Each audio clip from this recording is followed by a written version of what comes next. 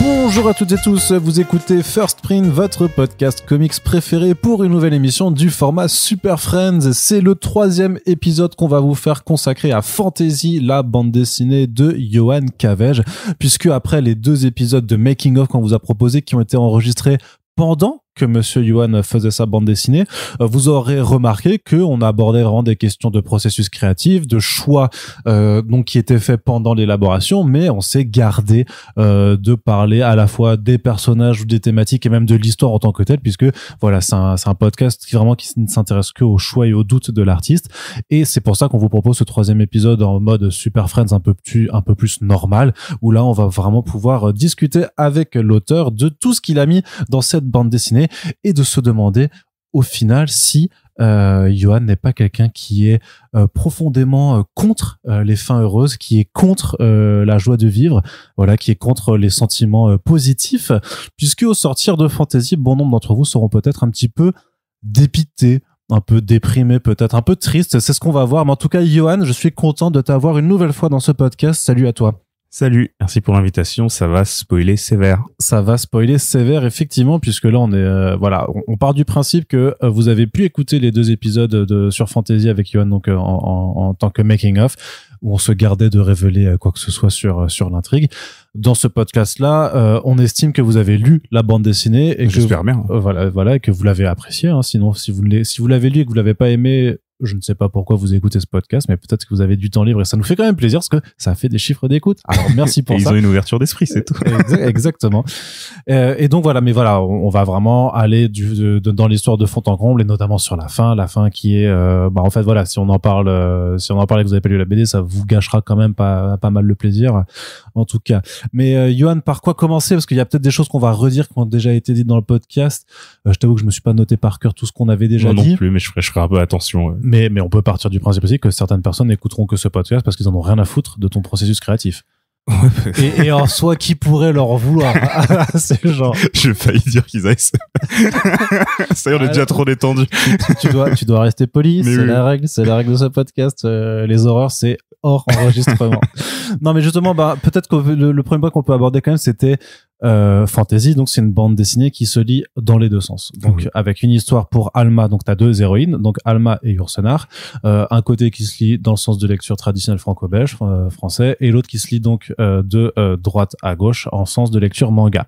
Pourtant, c'est un album dans un format typique roman graphique, franco-belge, européen, tout ce que tu veux. Donc, il n'avait pas l'envie d'aller draguer le lectorat manga avec cette approche. Est-ce que tu peux nous expliquer un peu le choix de cette approche assez originale de narration? Alors déjà, oui, en effet, pas du tout l'envie de draguer le lectorat manga, parce que il y a d'autres BD franco-belges même qui s'inspirent du manga beaucoup plus, voire des mangas français, des trucs à mi-chemin. On sait que c'est pas automatique, donc c'était pas du tout l'intention. Ouais. Puis en termes de fabrication, il me semble que au départ, le projet, tu voulais que ce soit une BD qui d'un côté serait cartonnée en couleur avec des grandes pages, mais qu'au milieu ça passerait du coup de l'autre côté en un petit format noir et blanc et d'autres trucs. Et en termes de femme, c'était pas possible. L'objet affreux. Ouais. Non, mais justement, en fait, toute l'idée de la BD, je vais élaborer là-dessus, mais était de pas, que ce concept-là prenne pas le pas sur la narration et soit un truc complémentaire. Quelque chose qui ajoute à l'album, mais qui ne soit pas que ça, quoi, qui soit pas qu'on puisse pas résumer l'album à son concept. En tout cas, c'est ce que j'espérais, et tout simplement parce que le concept n'était pas directement le point de départ.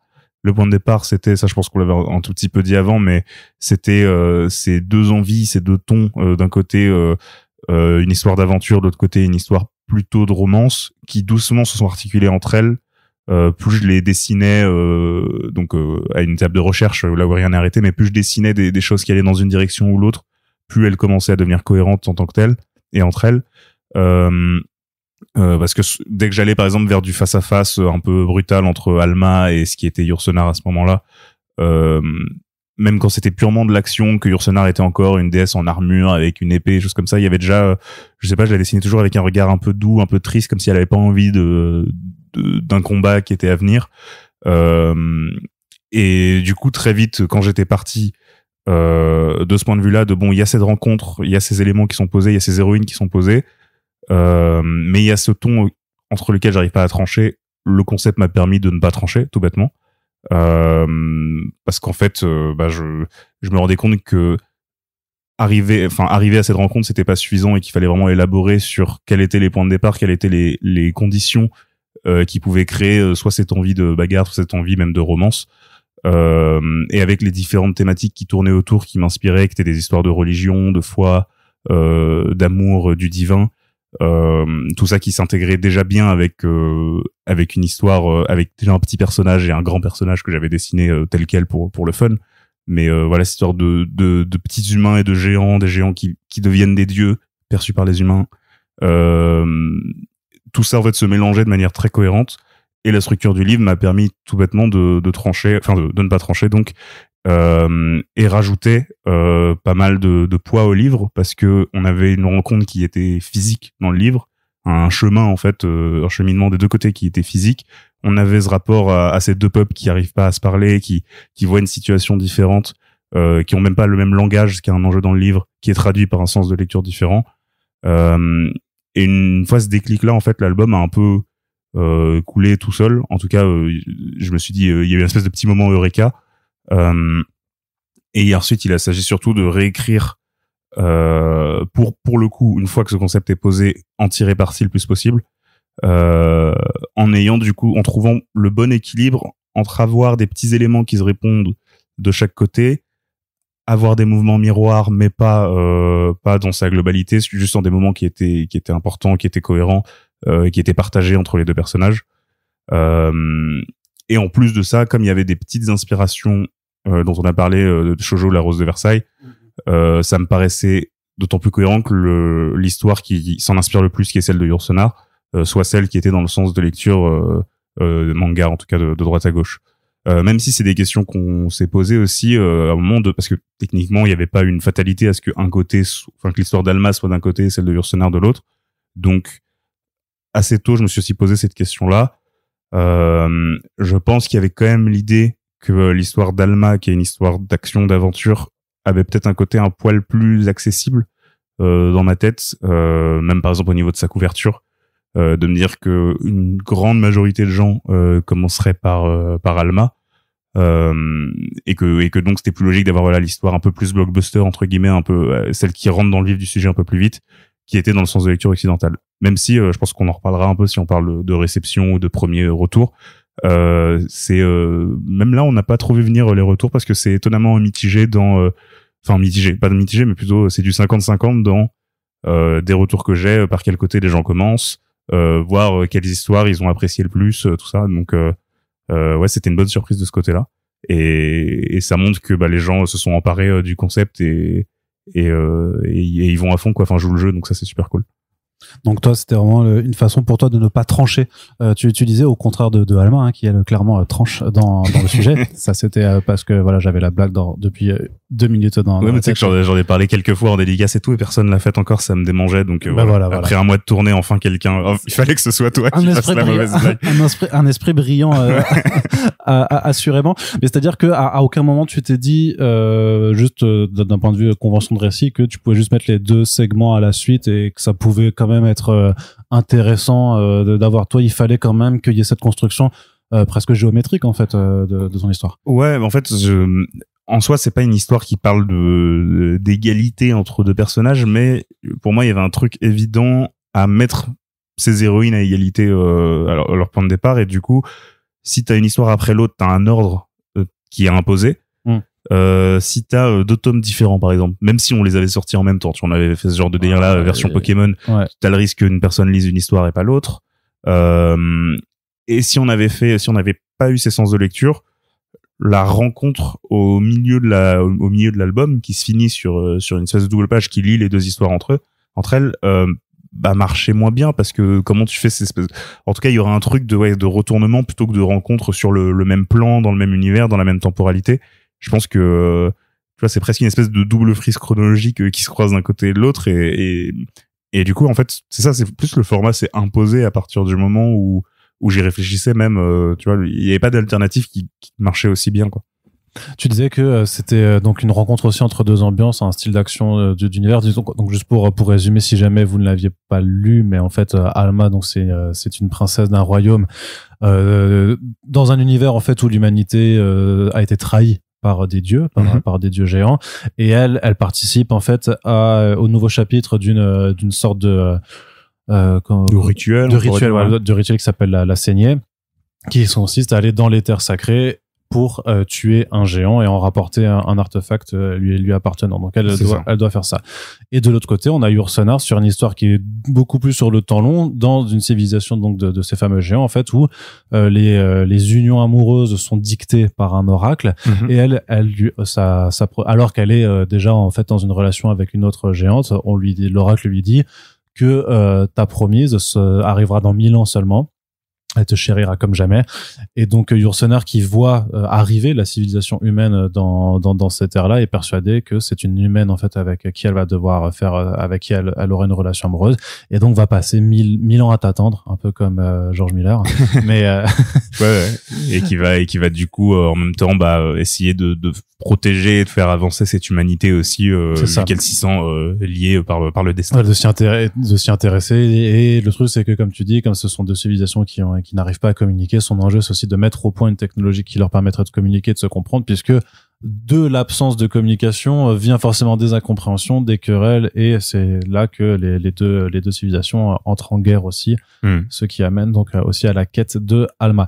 Mais à la base, ce que je voulais te demander, c'était ces personnages-là qui étaient arrivés au début, ou c'est plutôt juste les thématiques et t'as construit ces personnages autour de ces thématiques et de ces histoires? En fait, je pense que un peu comme ce que j'avais fait pour Moundir, c'était sur le temps très long parce que c'était pendant mes études, c'était pas censé être un vrai projet pendant longtemps, mais où du coup j'avais dessiné pas mal de scènes, parfois des petites séquences, mais sans vrai liant.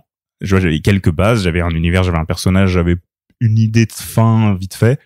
Et je dessinais des petits trucs sans trop m'imposer de cadre scénaristique, et au bout d'un moment j'avais assez de matière graphique, mais c'est pas que graphique quoi, ça te crée des éléments narratifs, ça te crée des décors, ça te crée des objets, des scènes qui me permettaient déjà de commencer à articuler un récit. Et après quand tu passes à l'écriture pour uniformiser tout ça, pour y rajouter d'autres réflexions qui te traversent, et en fait Fantasy de manière plus accélérée, plus condensée, il y a eu ça. Il y a eu quelques dessins en fait qui assez vite m'ont donné les éléments clés. Il y avait des dessins d'Alma en petite face à une grande déesse. Il y avait une déesse en pleurs. Il y avait on fait pas de partie spoiler, on peut y aller oui, non, spoil. Ouais. Non, vous avez été prévenu. Voilà. Il y avait assez tôt, puisqu'il y avait ce côté guerrier, il y avait assez tôt une image de Alma qui ramenait une tête géante en pleurs. Et comme cette tête avait ce regard un peu triste, avec ses larmes, j'avais il y a quelque chose de très mélancolique qui se dégageait de ça, et donc j'avais fait une page d'avant où elle explique, où Alma tirait cette tête là et expliquait que c'était par amour qu'elle ramenait sa tête au royaume, quelque chose comme ça. Donc en fait, en termes de ton, cette espèce d'équilibre entre la romance, la dark fantasy était un peu mélangé au début, justement par cette absence de justement cette envie de trancher mais de pas savoir exactement. Donc je faisais des tests, parfois je mélangeais les deux, et c'est un peu plus tard qu'après je me suis dit non, mais tu peux commencer avec les deux assez séparés et doucement les réarticuler ensemble. Et en fait, même par exemple, parfois j'ai vraiment juste laissé mon crayon s'amuser un peu. L'instrument qui permet aux humains et aux dieux de communiquer, à la base c'est juste un design que j'ai fait sans savoir particulièrement son utilité, mais c'est un design que j'aimais beaucoup et que je voulais réimplémenter dans cette histoire là. Et donc comme j'avais déjà ces idées de c'est des peuples que je veux pas faire communiquer entre eux, du coup ça pourrait être sympa d'avoir un truc qui leur permet à un moment de le faire, ce sera cet instrument là, ce qui me permet ensuite de créer la civilisation autour qui va utiliser cet instrument là. Donc c'était des espèces de points de départ graphiques posés ça et là que tu réarticules par l'écriture, et ensuite dans une troisième étape au dessin, et quand tu fais tes planches, où c'est vraiment là que je vais créer vraiment graphiquement l'univers de manière cohérente, parce que à part ces premières recherches assez séparées de l'histoire, j'ai pas fait un vrai travail de création d'univers graphique cohérent. J'allais venir sur le world building. Toi, tu t'es dit non, vas-y, je m'en fous, flemme quoi. Non, mais alors il y a une question d'être pris par le temps. Ça, on en avait parlé. C'est vrai que c'est un album qui a été fait assez vite, y compris dans sa partie recherche, mais c'est aussi quelque chose où peut-être ça me viendra un jour de créer un world building comme moteur d'univers, plutôt un univers comme moteur d'histoire, mais un peu comme Moundir, encore une fois, là je considérais que cet univers était vraiment au service de l'histoire et que les parties que j'en montre, les parties que je crée ont un intérêt scénaristique et que que t'as pas forcément vocation à placer plein d'easter eggs ou de références à des choses que t'as pas envie de développer ou que t'as pas forcément, ou dont tu n'as même pas forcément l'idée de développer. Ouais, j'essaie quand même, tu vois, d'avoir, je pense que encore plus que Moundir, là il y a quand même notamment l'univers des dieux qui est le plus séparé d'entre nous. Il y a j'ai une conscience de ce qui s'y fait. Il y a des choses que j'explique pas, rien que ces runes qui voltigent dans tous les sens, comment ça fonctionne et tout. Pour moi, il y a une cohérence dans leur dans les choses qu'ils utilisent au quotidien. Il y a pas quelque chose qui est placé purement pour être joli. Mais pour le coup, c'est pas des trucs que je vais du tout expliciter si c'est pas important dans l'histoire, quoi. Et typiquement, c'est vrai que la magie des dieux, c'est quelque chose qui est posé comme un acquis en fait au début de l'histoire. Je montre dans une case comment ça fonctionne pour qu'on comprenne que voilà, c'est pas des trucs qui voltigent dans tous les sens, ces runes, que c'est des choses sur lesquelles ils peuvent agir. Mais en fait, à part dans 2-3 scènes après, même 2-3 cases juste où ils les utilisent plutôt de manière offensive, on les voit assez peu les utiliser, quoi. Parce qu'en fait, Yursenar aussi, j'avais pas l'envie de la montrer comme une magicienne surpuissante, parce que je pense que pareil, ça aurait donné une idée d'un personnage un peu guerrier ou qui a un potentiel guerrier, et c'est pas quelque chose que je voulais faire.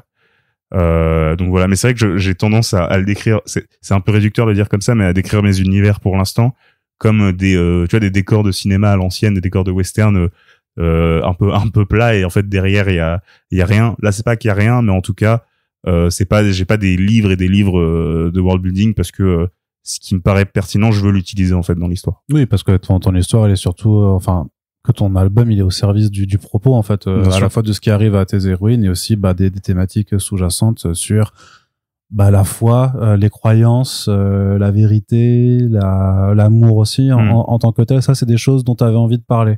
Sous tes airs de grand gaillard comme ça, tu es un peu sentimental.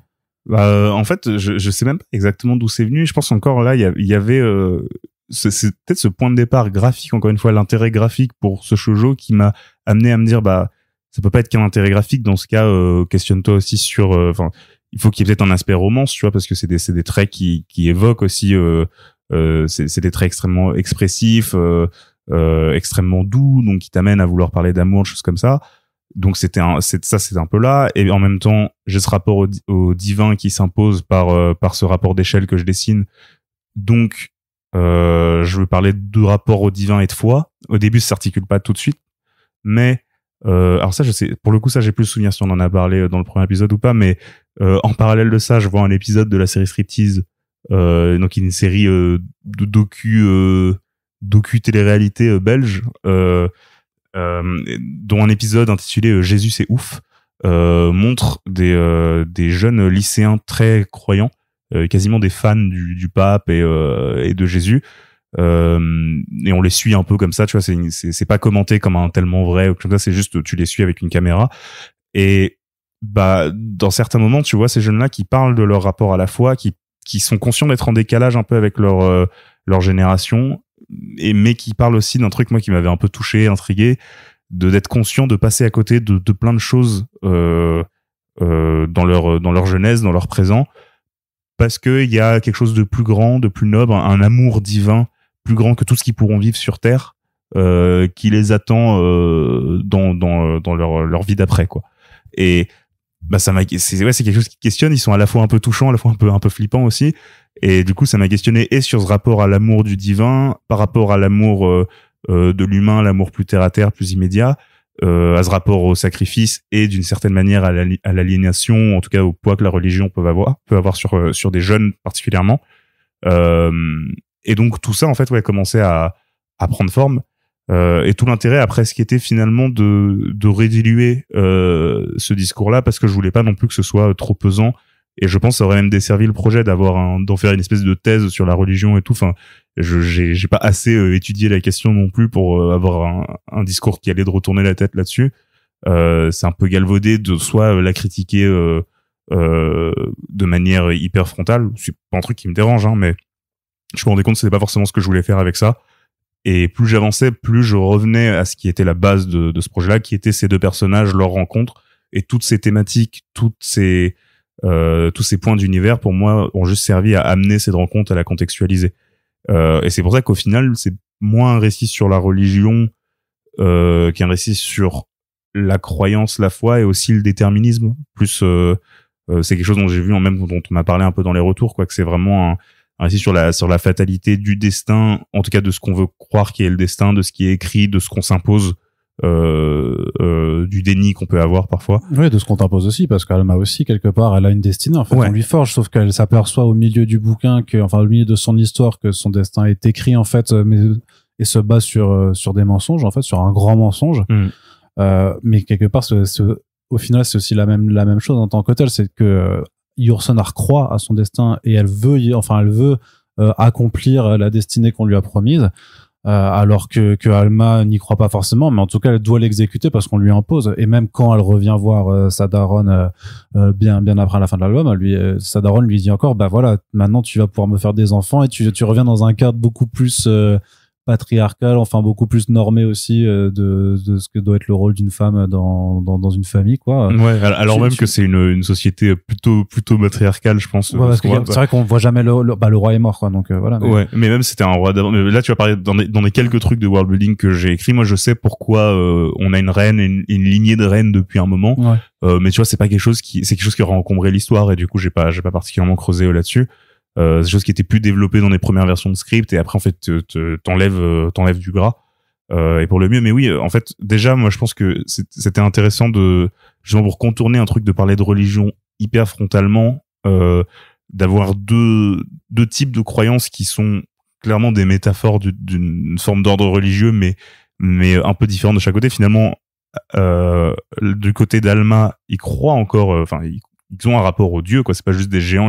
Ils continuent de leur prêter des vertus, tu vois, de dire que à voir s'ils le pensent vraiment ou si c'est une excuse pour calmer les masses, tu vois. Mais ils pensent vraiment que les dieux ont un impact un peu négatif sur leur monde.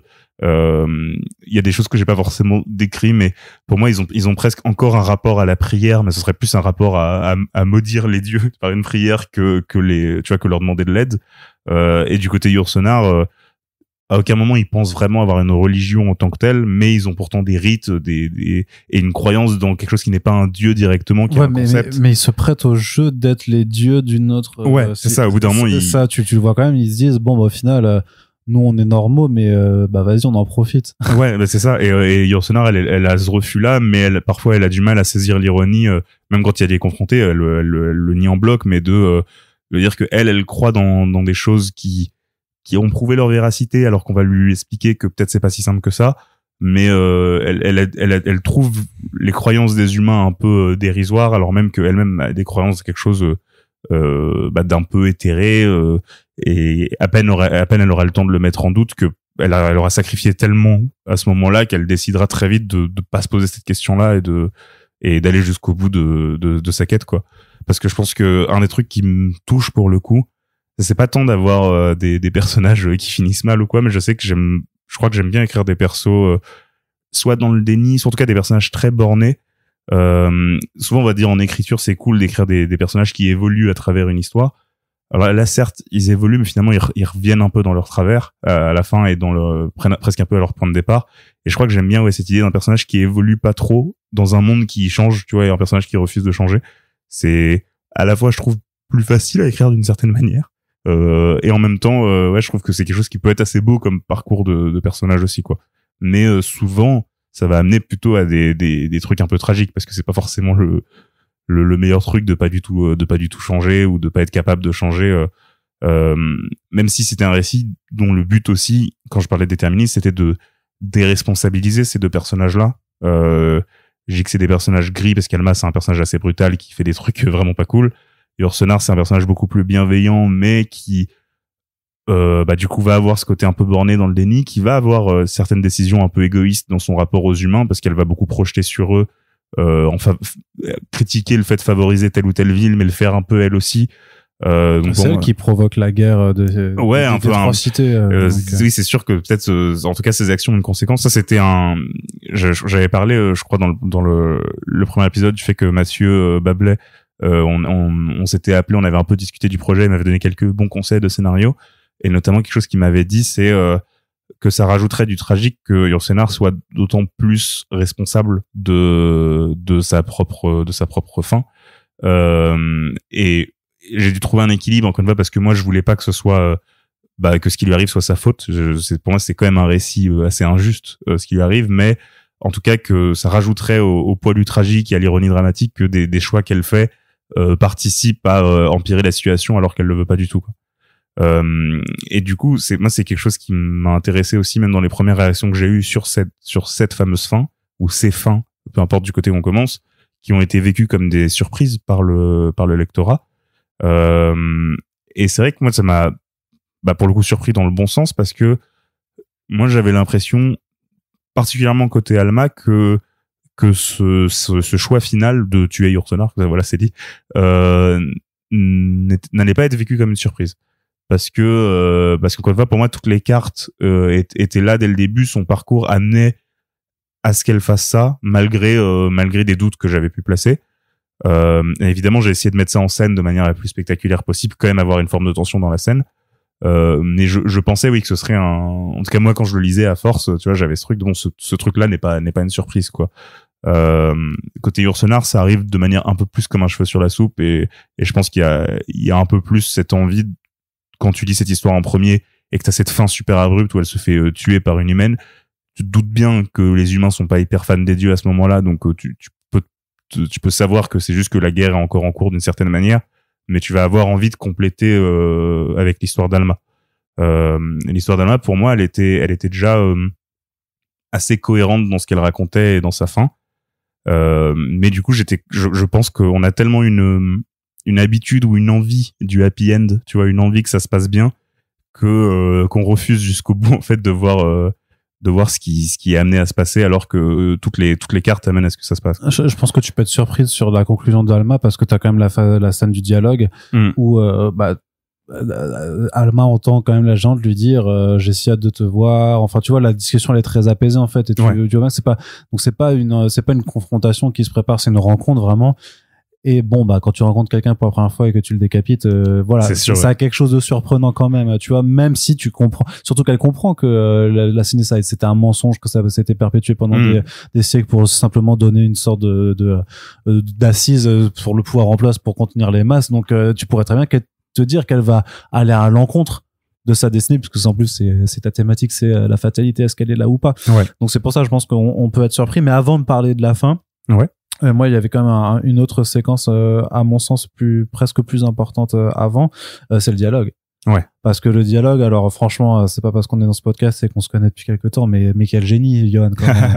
Quel génie cette mise en, parce que c'est vrai que j'avais vu des gens parler du fait qu'ils lisaient les deux côtés en même temps.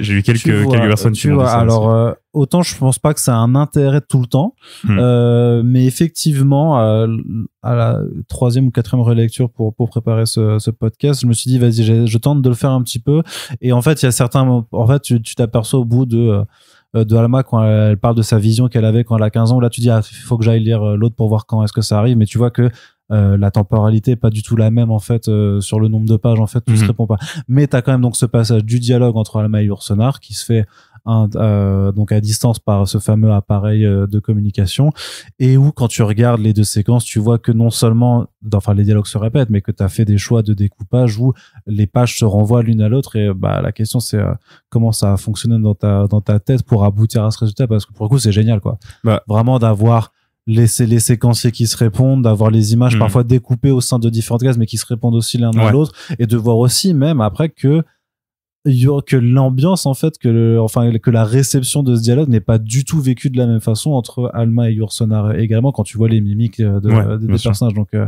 Explique-nous ce moment absolument que je trouve génial, quoi.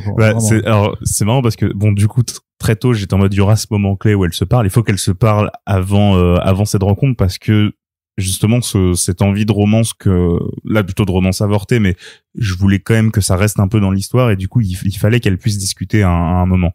Sauf que dans ma première version de script, alors que je savais que ça allait être un moment clé narratif, j'avais mis le même nombre de pages, ça me paraissait assez cohérent, mais j'avais juste écrit elles arrivent, la machine s'allume et elles parlent, et puis bon, elles s'entendent bien. Tu vois, j'avais un peu esquivé le problème dans pas mal de premières versions de script avant de rentrer plus dans un délire de bon, ok, quelles sont les vraies dynamiques. Il faut que chaque page y ait une information qui amène à une dynamique, puis à une autre, puis c'est genre Alma qui va dire un truc qui fait comprendre quelque chose à Yourcenar qui va réagir à ce truc-là, qui va faire comprendre quelque chose à Alma. Donc ça, fallait que sur à peu près une page ou une double page ça se passe, pour que ce soit pas un genre de surplace. Il fallait une structure que j'ai d'ailleurs un peu étendu par la suite. C'est un des quelques mots, j'avais rajouté quelques pages par rapport au tout premier storyboard, parce que je me disais, j'avais peur en fait de passer un trop gros temps sur une conversation dans un récit qui amène plutôt rien que côté Alma, de l'aventure et tout. Enfin, je voulais pas que le récit s'arrête trop, mais en même temps c'était trop important pour pas prendre la place. Et à partir de là, donc ce dialogue il a été, voilà, c'était vraiment au cordeau, et avec mes éditeurs et Lucia, donc ma compagne qui a beaucoup suivi le projet aussi, on repassait beaucoup dessus pour corriger la moindre petite virgule, le moindre petit truc et tout, pour que vraiment l'écriture soit le plus possible au cordeau. Mais le vrai intérêt de ça, c'était comment ça allait se traduire en découpage. Et pour moi, il y avait quelque chose qui était assez clair dès le début, c'était que autant les deux récits avancent pas à la même temporalité, mais là c'est le moment où ils se croisent. Et du coup, puisque de manière théorique on dit que la BD c'est découper le temps en fait en forme de cases avec des ellipses qui sont ces gouttières, je me suis dit si elles vivent ça sur le même temps, il faut que ce soit découpé a priori de la même manière, avec le même nombre de cases. Ce qui fait que du coup la plupart des événements qui se passent, la manière dont sont placés les dialogues vont être placés au même endroit. Mais évidemment, déjà dans un premier temps, je me dis que certains dialogues sont pas réceptionnés de la même manière. Yourcenar qui attend le grand amour, dès que Alma va dire quelque chose d'un peu gentil, elle va prendre ça comme une confirmation de ce qu'elle attend, et ça va être des trucs qui vont lui faire battre le cœur.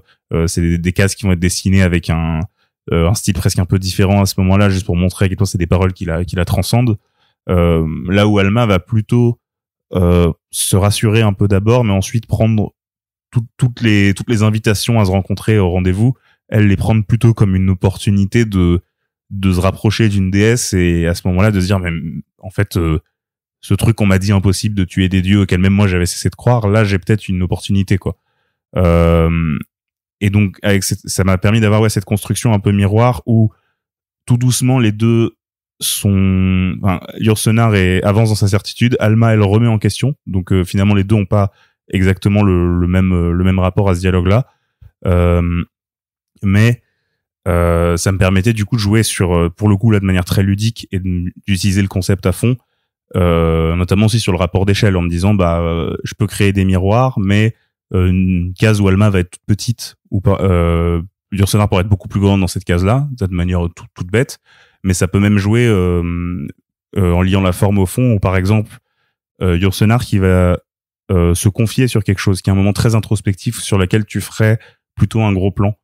Là j'ai un gaufrier de 9 cases qui m'est imposé par ce découpage, parce que j'ai découpé Alma en premier pour le coup, et donc sur Alma ça va être une révélation, et donc elle va être cadrée d'un peu plus loin, va y avoir un gros plan sur son visage, mais aussi des plans cadrés plus larges pour montrer que voilà son champ de vision sur la situation s'élargit. Là où dans le même découpage, en fait, le visage de Yourcenar va prendre toute la place pour garder ce côté introspection, en fait, que son monologue, on reste vraiment dans sa tête, et c'est pour montrer que c'est une réflexion interne et tout, quoi. Et j'ai essayé de pousser ce petit jeu-là autant que je pouvais dans différents aspects, et du coup avec ce cocktail de jouer sur l'échelle, jouer sur la différence de perception, et jouer sur d'un côté des trucs très beaux, et de l'autre côté un truc assez dark qui est en train de se passer dans la tête d'Alma. j'avais un bon mélange de miroir, de contre-pied, et de jeu qui m'a permis de crafter ce dialogue là quoi. Et ouais, c'était je pense le moment de découpage, enfin la séquence en tout cas dont je suis la plus fière parce qu'elle a demandé beaucoup de travail, beaucoup d'ajustements, d'aller-retour, mais elle était centrale dans le bouquin et là-dessus on pouvait pas se louper, sachant que autant Yourcenar elle avait parce que c'est très compliqué aussi d'écrire des personnages qui entre guillemets tombent amoureuses à ce moment-là. Même chez Alma il y a un truc qui se joue très vite, mais en très peu de pages, en un seul échange. Donc il fallait même que pour arriver à ce dialogue-là aussi, tu vois, j'ai vécu comme un moment central dans l'histoire, il fallait déjà placer des petits trucs quoi. Il fallait affaiblir Alma le plus possible pour qu'elle ait besoin d'avoir quelqu'un à qui parler à ce moment-là. Et Yourcenar, il fallait déjà la mettre dans un moment de vulnérabilité aussi pour que elle s'accroche à tous les petits trucs un peu positifs que Alma allait dire quoi. Parce qu'évidemment c'est aussi pour le coup un jeu de non-dit à ce moment-là. Il fallait trouver pile les informations à donner pour qu'elles puissent s'identifier l'une à l'autre aussi. Ouais, c'est ça, tu vois, et sans se trahir, sans dire la phrase de trop. Et d'ailleurs, il y a une phrase que Yourcenar dit qu'elle aurait pu dire côté Alma aussi, mais qui pour le coup serait partie un peu de nulle part parce qu'à un moment elle parle de l'oracle et tout ça, et en fait côté Alma ça aurait pas eu beaucoup de sens. Et du coup à ce moment-là, comme ce qu'elle dit avant ça choque un peu Alma, ce que j'ai fait c'est que j'ai fait passer cette bulle là, donc qui est placée au même endroit des deux côtés mais derrière la tête d'Alma, comme si en fait elle était encore un peu bloquée sur ce qu'on venait lui dire avant et que cette information là lui passait littéralement derrière la tête, enfin qu'elle était encore sous le choc quoi.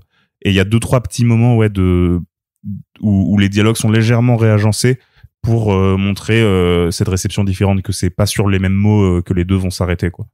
Et ça c'est un processus que j'ai fait de manière un peu moins précis, mais quand même sur la seule autre séquence où elle se voit vraiment. Je mets à part la fois où elle se croise dans le flashback parce qu'elle se voit pas vraiment à ce moment-là, mais je parle évidemment de la fin et de leur rencontre où là aussi il y a eu un jeu déjà la double page.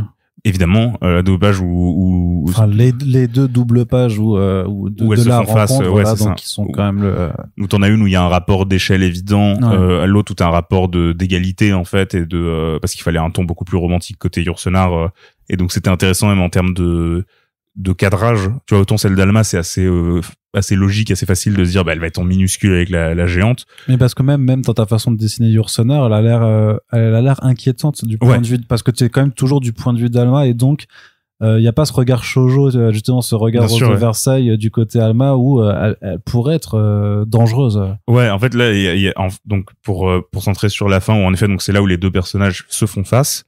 Une scène que c'est aussi pour ça quand on parlait de la structure du livre que je voulais pas trancher ou avoir ça dans tu vois avec des scènes qui s'alternaient ou choses comme ça, c'est que je trouvais ça aussi intéressant pour le coup d'avoir ces deux moments vécus de manière différente, tu vois, avec des petites subtilités. Et c'est vrai que d'un côté Yourcenar c'était plus simple, on va dire, c'était que c'est un moment de romance, elle est heureuse de face à face, donc c'est assez joli dans la lumière, dans le traitement du dessin, et le geste d'Alma est très soudain. Là où Alma, pour le coup, on a déjà eu sa réflexion avant, on sait un peu qu'elle est en plein doute à ce moment-là, et je voulais trouver un espèce d'équilibre entre il faut que Yourcenar soit à la fois inquiétante, parce que tu peux avoir la personne la plus gentille du monde face à toi, si elle fait la taille d'une tour Montparnasse, bah t'es obligé d'avoir un peu la pression, quoi. En même temps, je voulais qu'elle conserve une certaine forme de beauté et d'élégance, parce que l'idée c'était pas encore une fois, je voulais pas un truc méchant face à Yourcenar, qui est un perso pour lequel j'avais aussi de l'affection, donc je voulais pas que du point de vue Alma ce soit juste un monstre. Mais je pense que ce que j'ai voulu représenter à ce moment-là, c'est que quand elle se retrouve face à face, elle a besoin. Il se passe plein de trucs en fait dans sa tête. Il y a les deux premières pages où elle est un peu sous le choc. C'est une humaine qui se retrouve face à une déesse qu'elle est censée taper, donc il y a de la peur. Ensuite, elle arrive à se motiver, elle reprend un peu du contrôle sur elle, et du coup finalement la Yourcenar est cadrée de manière un peu plus large, beaucoup moins impressionnante. Et c'est une fois qu'elle a fait son geste pour lequel elle s'est presque mis dans un état d'esprit, elle s'est forcée à dire non, faut que je le fasse, ou oublie tout ce qui s'est dit et juste trancher la tête. Et c'est dès qu'elle a fait ce geste-là que la déesse se réhumanise face à elle et qu'elle est redessinée en fait plus comme de l'autre côté, avec des yeux plus brillants, avec ses larmes qui rajoutent des paillettes, mais qui se mélangent à une espèce de pluie de sang pour quand même rester dans cette ambiance plus dark fantasy et dans cette pour marquer le poids de son geste quand même. Et quand elle arrive au royaume avec cette tête là où tu vois qu'en fait elle a pris aucun plaisir dans ce geste là, elle est traumatisée en fait, et par son propre geste. C'est ça, je pense qu'elle se reconnaît pas forcément à ce moment-là, elle sait surtout pas quoi penser. Je pense que c'est un berceau plus dur à écrire parce qu'autant Yourcenar est quand même dans une forme de continuité, autant Alma elle doute beaucoup pendant tout l'album, comme toi quoi. Ouais, mais je pense que pour de vrai il y a plein de moments où j'étais vraiment en mode je sais pas exactement ce qu'elle pense à ce moment-là. Et c'est quelque chose que j'ai appris à embrasser à un moment aussi où c'était intéressant d'avoir un personnage qui même pour moi-même avait des petits moments ambigus et de plutôt qu'essayer de comprendre parfaitement à quel point elle en est, puis à ce moment-là de plutôt juste traduire le doute sur son visage. Et oui, à la fin elle est traumatisée, elle est sonnée surtout par ce qui s'est passé, et elle va rester un peu jusqu'à la confrontation avec sa mère qui va pas du tout lui amener le pourquoi elle a fait ce geste-là, la chose qui aurait dû la rassurer et peut-être la faire redescendre un peu. Et du coup, Alma, elle finit profondément déprimée, je pense, et isolée et seule, quoi. C'est ça, c'est que c'est une histoire qui, dans sa tonalité, c'était la blague que je faisais dans l'introduction de ce podcast, c'est que en fait, tu ne peux pas aller bien en terminant cette bande dessinée, parce qu'effectivement, d'un côté, t'as quand même Yourcenar qui meurt, et avec cette terrible ironie de la prophétie qui revient donc et qui effectivement trouve son sens. Ouais, en jouant sur les mots de manière pour le coup un peu plus cruelle. Très cruel et macabre, en fait. Mais de l'autre, on a aussi Alma qui est tétanisée par ce qu'elle a fait, qui se déteste en fait aussi, qui pourra jamais être heureuse avec le geste qu'elle a fait. Donc, tu ne peux pas refermer ce bouquin en se disant waouh, c'était sympa et tout, bon allez, une petite balade au soleil pour me détendre. Mais après tout, c'est un genre littéraire plus que connu. Il y a la comédie, il y a la tragédie. Il y a la tragédie, bien sûr. Et alors c'est quelque chose que je disais un peu, mais qu'évidemment je voulais pas mettre trop en avant, tu vois, de dire c'est pensé comme une grande tragédie parce que forcément ça indiquerait un peu où va l'album, mais moi c'est clairement quelque chose que je pensais.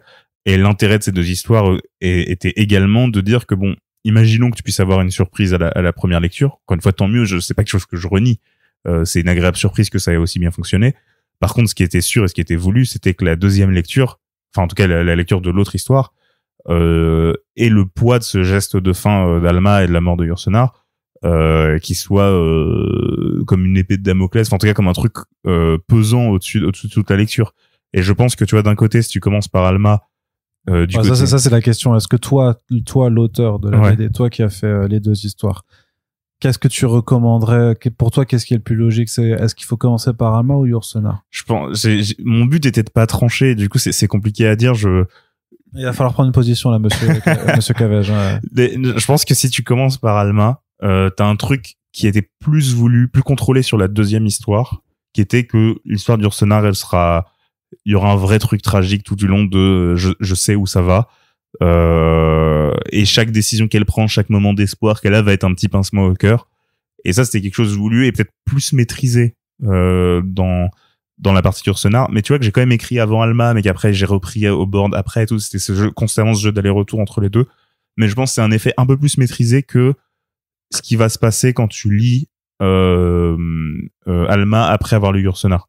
Je pense que là, t'as plus des compléments sur mais qui est cette humaine qui sort de nulle part, qui tue mon héroïne, pourquoi elle en arrive à faire ce choix-là, alors que dans leur dialogue, elles avaient l'air plutôt de s'entendre.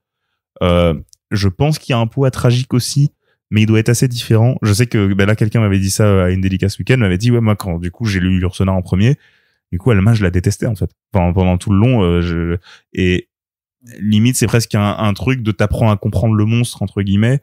Donc il y a quelque chose de tragique aussi, mais c'est peut-être ça va un peu plus dans l'autre sens, je sais pas, enfin tu vois, genre ça va peut-être te la nuancer un peu là où tu commences, c'est en mode c'est la pire personne. Et donc ouais, je pense que de toute façon là pour savoir par quel récit commencer, bon déjà là c'est trop tard pour vous, a priori vous avez déjà fait le choix, Mais quand on me pose des questions, j'essaie de toute façon, s'ils n'ont pas encore lu et qu'ils ont écouté jusque-là, c'est vraiment qu'on leur a tout gâché. Ouais, désolé. Il y a plus rien à lire. Profiter des couleurs. Je sais pas, mais ouais, je pense qu'il y a un des récits. Si tu fais Alma puis Yourcenar, tu vas gagner l'histoire d'Yourcenar va te contextualiser, va te faire repenser certaines certitudes, même dans certains détails. Tu vas avoir des décors, des péripéties. Par exemple, je prends un exemple précis. Cette rune. Oui, la rune, bien sûr, tu comprends à quoi elle servait à la base. Tu vas te dire, ce truc, mais c'est des pièges hyper cruels. Tu dis, bah non, en fait, c'était pas prévu comme ça à la base, ou des choses comme ça. Et même toute cette certitude de, les humains, parce qu'il y a une révélation pour Alma qui est que la saignée, c'est pas ce qu'elle pense, mais par contre, le point de départ de les dieux ont tué nos droits de manière complètement absurde et gratuite, et même c'est précisé, c'est un peu, ils ont fait ça en rigolant, en s'amusant. Alors que c'était un accident, quoi. Ouais, en fait, eux, ils faisaient juste la fête et ils rigolaient, et c'est juste que, limite, ils ont pas fait gaffe, quoi. Enfin, genre, en fait, en chantant, ils ont pulvérisé le roi comme ils font. Et donc voilà, ça va te contextualiser, te faire repenser certains trucs. Alors que, en effet, si tu lis Yourcenar avant, je pense que, Alma arrivera vraiment comme un complément d'informations vraiment manquantes sur, mais qu'est-ce qui se passe dans le monde des humains, quoi. Parce que de leur point de vue, à part dire de temps en temps ils viennent nous voir, puis ils disparaissent, on sait pas trop ce que ça veut dire, quoi. Ça fait un moment qu'ils étaient complètement coupés d'eux. Donc voilà. Et ouais, d'ailleurs, je me suis rendu compte aussi, pour le coup, peut-être des petits défauts de découpage qu'ils pourraient avoir, c'est que quand tu connais le concept de la BD un peu en amont et que tu sais qu'il y a un moment ça va se rejoindre, la mort de Yourcenar, je l'ai mise en scène dans une page, donc côté Yourcenar pour le coup, je l'ai mise en scène dans une double page avec un découpage un peu symétrique, parce que je devais montrer, c'était un des trucs les plus difficiles à traduire dans cette histoire-là, c'est que côté Alma, on explique comment elle peut téléporter la tête jusqu'au royaume. On introduit un peu la sphère et comment ça fonctionne avant. Côté Yourcenar, il y a aucune explication de comment elle se retrouve dans le royaume là. Donc j'ai essayé de découper ça limite pour qu'on se pose pas trop la question. Peut-être voir ça comme une ellipse ou un truc comme ça, mais du coup c'est un découpage parfaitement symétrique. Et je sais que quelqu'un m'a dit qu'il avait commencé par Yourcenar et que arrivé à cette double page, il s'était dit c'est symétrique à ce moment-là, au moment de sa mort, c'est sûrement la fin. Et du coup n'avait pas tourné la page et avait fermé le bouquin et commencé du coup à Alma. Et en fait, commencer à Alma, et s'était rendu compte que merde, il restait deux pages à finir côté Yourcenar, tu vois.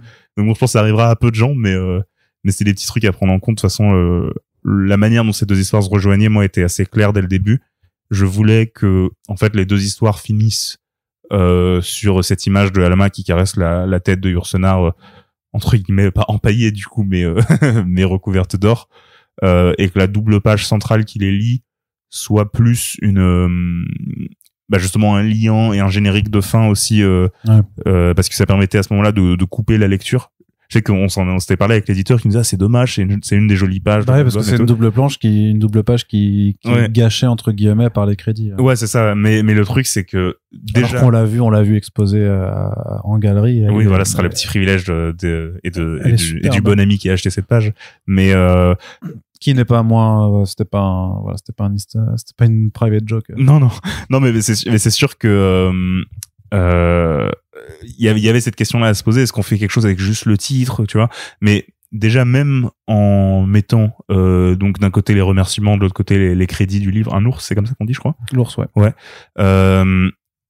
Il y avait déjà ce risque qui est encore présent. C'est un des rares trucs que je dis aux gens quand on dédicace et qu'ils n'ont pas encore lu le livre, c'est à ce moment-là, tournez pas la page, tu vois, à ce moment-là. Oui, non, mais de toute façon, même le conseil, c'est ne le feuilletez pas, en fait. N'allez surtout pas feuilleter au milieu, parce que là, oui, parce que par réflexe, autant vous dire, on disait feuilletez pas la fin, et la plupart des gens, la plupart des gens ne feuilletent pas les dernières pages quand même, ça arrive, hein. Mais ouais, là, la fantasy, il faut leur dire feuilletez pas le milieu, ce qui est toujours un peu plus bizarre. Mais ouais, l'idée était d'arrêter la lecture le plus possible, et une des questions qu'on s'est posées à ce moment-là, c'était est-ce qu'on met un message ou pas? Comme vous pouvez avoir par exemple dans associé à la fin. Exactement, tu vois, on écrit, il y a le titre, il y a écrit fin, il y a des remerciements, des trucs. Clairement, on sait qu'il y a une partie qui est finie. Mais on peut se dire même instinctivement, je sais pas, il y a peut-être des bonus, des petits trucs, donc on a peut-être cette envie de tourner la page, et ça fallait le plus possible charger en fait en texte cette double page pour vraiment bloquer la lecture, donner un petit temps de réflexion à au lecteur ou à la lectrice. Mais voilà, c'est peut-être un des trucs, je me suis dit bon, en voulant jouer le côté livre-objet à fond sans trop l'alourdir, est-ce qu'on n'avait pas une petite phrase à glisser pour leur dire vous êtes à la fin du livre, recommencez de l'autre côté? Je sais pas. Au pire du pire, vu que entre guillemets le suspense est levé sur ce qui se passe à la fin, t'auras quelques personnes qui vont tourner les quelques pages de l'histoire suivante avant de comprendre, je pense assez vite que non, c'est pas censé être lu dans ce sens-là. Et puis on a mis des numéros de pages assez visibles aussi pour qu'ils comprennent que là c'est dégressif et qu'ils vont dans le mauvais sens, quoi. Est-ce qu'il y a des choses que tu n'aimes pas dans cet album et que tu aurais aimé refaire quand tu le regardes maintenant qu'il est imprimé, sorti, tu veux dire tous les dessins ou peut-être tous les dessins. Après, je pense pas non plus, que tu disais dans le précédent épisode que t'es quand même plutôt fier de ce que t'avais fait. Je suis fier de ce que je fais dans le temps que j'avais. Si j'avais 3 ans, c'est sûr que l'album ressemblerait peut-être pas à ça. Non, mais alors il y a des choses que j'aime beaucoup, genre les couvertures que je toucherais pas, par exemple. Et même la fabrication de l'album, là, le voir comme ça, c'est un des trucs qui me faisait peur. Le dernier podcast, il est lourd. Ouais, il est lourd. En fait, on n'avait pas l'album dans le dernier podcast. Et un des trucs aussi sur lequel que je mentionnais en rigolant, mais en fait qui moi me vérifiait, c'est que on savait pas exactement comment il allait s'imprimer. On avait une vraie angoisse sur les couleurs, en fait, que j'ai glissé un peu comme ça en étant chill et confiant. Mais en fait, moi, c'est pas que j'en dormais plus, mais vraiment, enfin, j'y pensais tous les jours, parce que dans les premiers aperçus que j'avais des fichiers d'imprimeur, qui sont des fichiers qui sont faits pour l'imprimeur, qui était pas censé voir sur ton ordi, ça rendra pas pareil, mais les couleurs étaient un peu saccagées, et du coup j'avais très peur. Là, en ayant l'objet, je vois que elles sont quasiment toutes imprimées à la perfection, à part ces quelques séquences rose-violette dont j'ai parlé, mais qui sur 30 pages, je pense qu'il y en a 25 d'entre elles qui s'impriment différemment, mais très bien.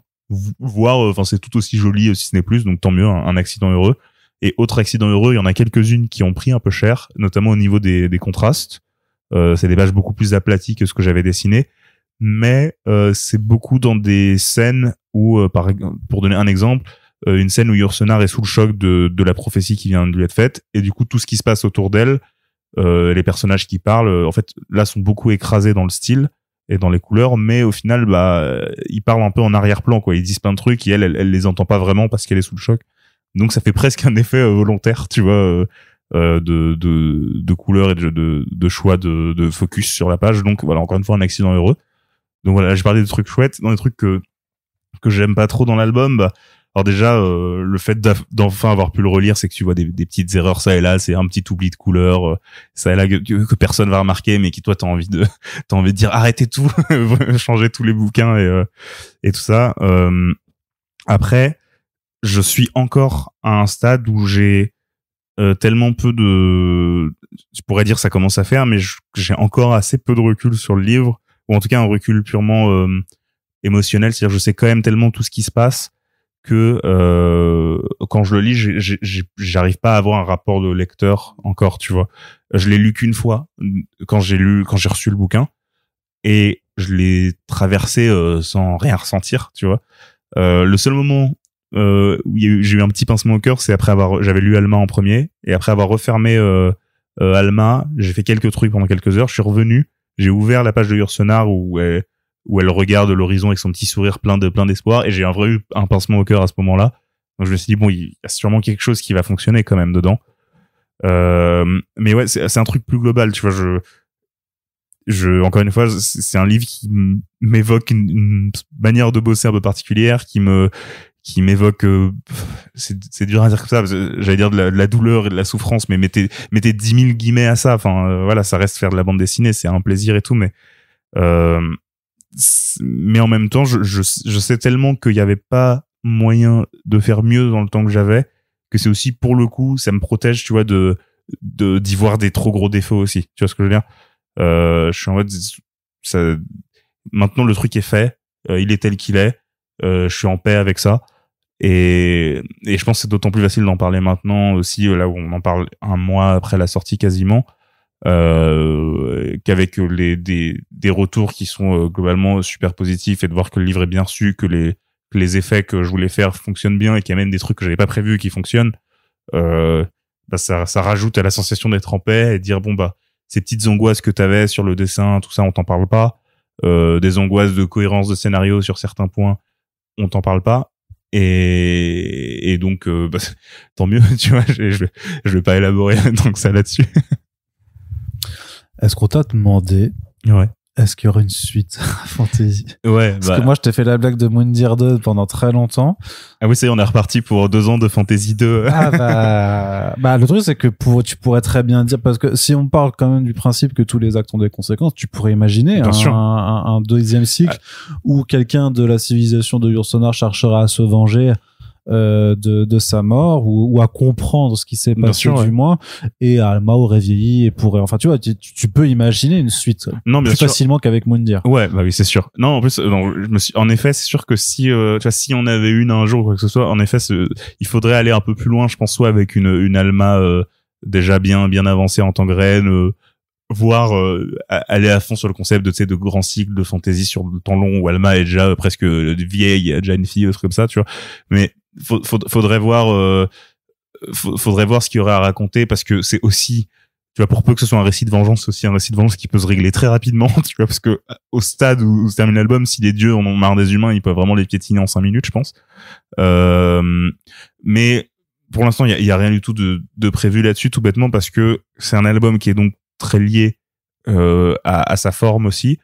Et donc là, je me poserais la question de si je refais un Fantasy 2, quelque chose dans cet univers-là, est-ce qu'il faut que je refasse cette forme, cette structure de bouquin-là, est-ce qu'au contraire je m'en échappe pour raconter autre chose dans cet univers-là, mais dans ce cas autant juste raconter un autre univers, enfin tu vois, autant partir sur complètement autre chose. Donc ouais, en fait faudrait rester sur une histoire peut-être de dualité, mais puisque là pour moi, et c'est encore très frais dans ma tête, tu vois, c'est tellement lié à Alma et Ursonar en tant que tel que j'aurais du mal à me dire de faire en fait, si je mets Alma d'un côté, ça me ferait bizarre de pas avoir Ursonar de l'autre, et du coup est-ce qu'il faudrait lier 2 autres personnages, mais dans ce cas il faudrait vraiment que pareil, que la bonne idée vienne et qu'il y ait un truc intéressant à raconter, qui soit pas redondant, et le truc de faire un album qui a quand même un concept fort et une originalité forte, c'est que tu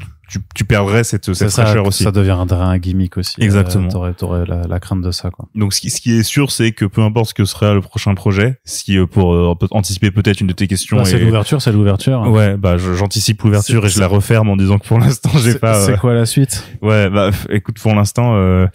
Une bande dessinée qui se lit dans 3 sens. Dans 3 sens. Mais ça, techniquement, il y a des gens qui me demandaient un peu ça, enfin, qui disaient, tu vas nous faire un Building Stories 2, quoi.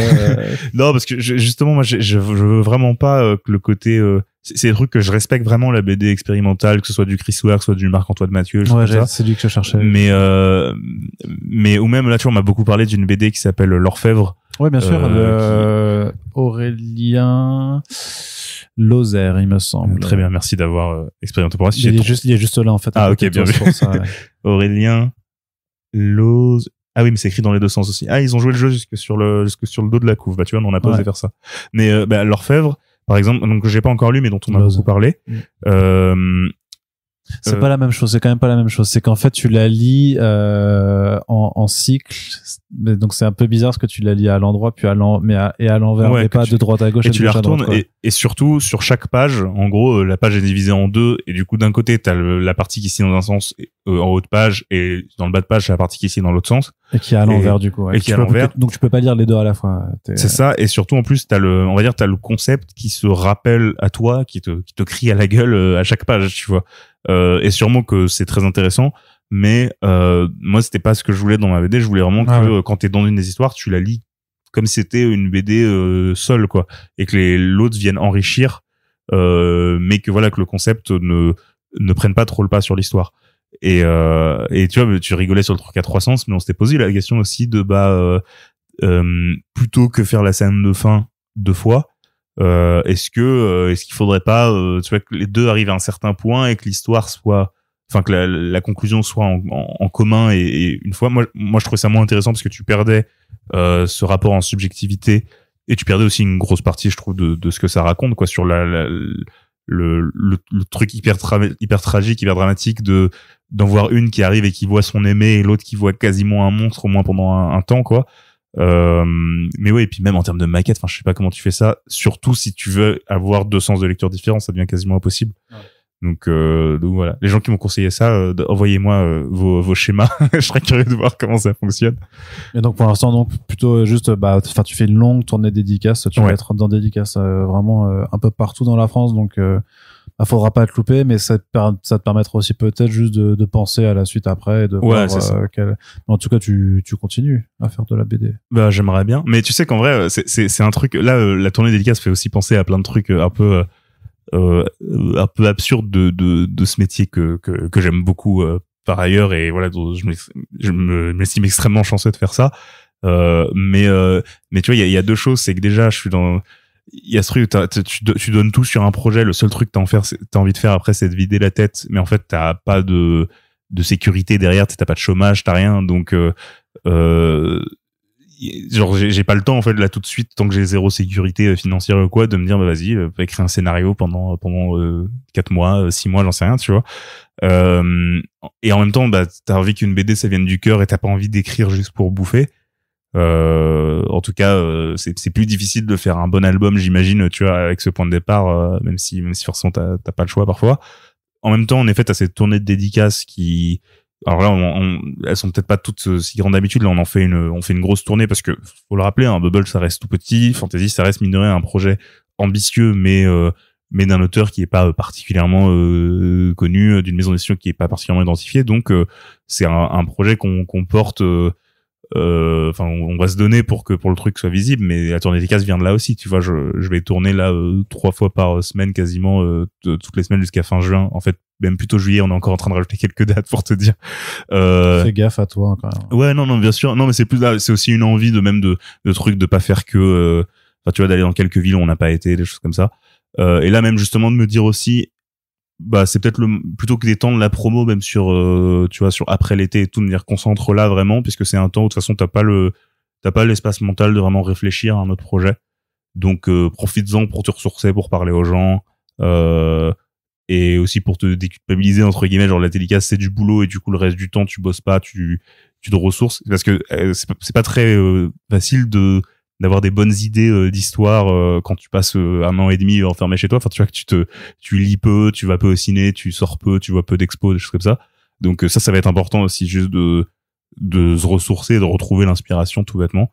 Et donc je pense que là ça va être ça la suite, et d'avoir les dédicaces en complément de ça, quoi. Très bien.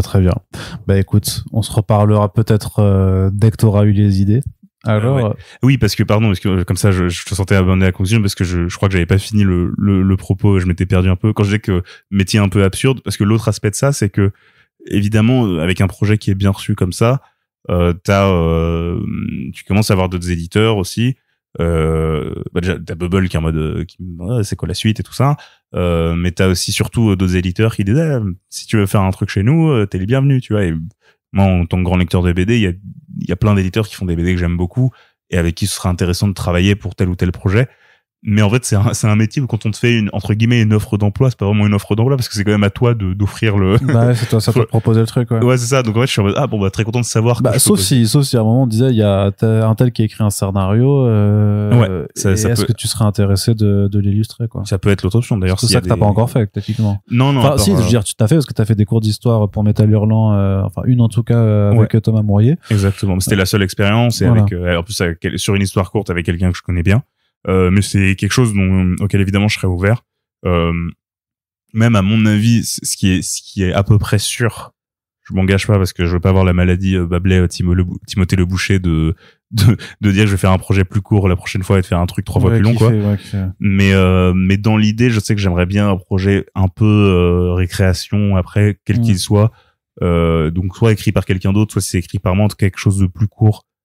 Alors beaucoup plus court, juste pour m'amuser un peu sur le dessin, travailler un peu le dessin, juste avoir la sensation différente de travailler sur un projet, de prendre le temps avant de sûrement repartir sur quelque chose d'autre d'un peu plus ambitieux, on verra. Très bien, bah de toute façon on suivra ça avec attention. Bah ouais, tu le sais, j'espère. Sur ce podcast, dès que t'as une idée, de toute façon, je serai là devant chez toi avec mon micro, je ferai viens me parler dans un podcast, Johan, s'il te plaît. J'en ai pas encore assez fait. En vrai, si tu veux refaire un jour un truc de suivi, comme ça, tu viens vraiment tôt quand je suis pas encore épuisé, et comme ça, j'aurais. Je vais faire mieux, je vais même te soumettre une idée de scénario et que tu ne pourras pas résister à ça, et puis voilà, quoi. Bah, vas-y, j'attends de voir ça, mais. Avec du cul partout. Voilà, ce sera Arnaud Core, tu vois, ce sera du cul et de la violence. Voilà. Bah, ce sera récréatif, au moins. Tu pourras pas dire, que ça, oui, je peux pas te l'enlever, ça, pour le coup. Très bien. Bon, en tout cas, Yohan Fantasy, c'est dispo dans toutes les bonnes librairies. Si votre libraire ne l'a pas, vous pouvez passer commande auprès de lui, puis l'engueuler par la suite. Mais en tout cas, c'est amplement et chaudement recommandé par ici, vous l'aurez compris. Très très bonne lecture. Et donc, vous avez un lien dans la description aussi pour la commander si vous le voulez. Et puis, en attendant tes prochaines aventures, Yohan, on te dit au revoir pour le moment.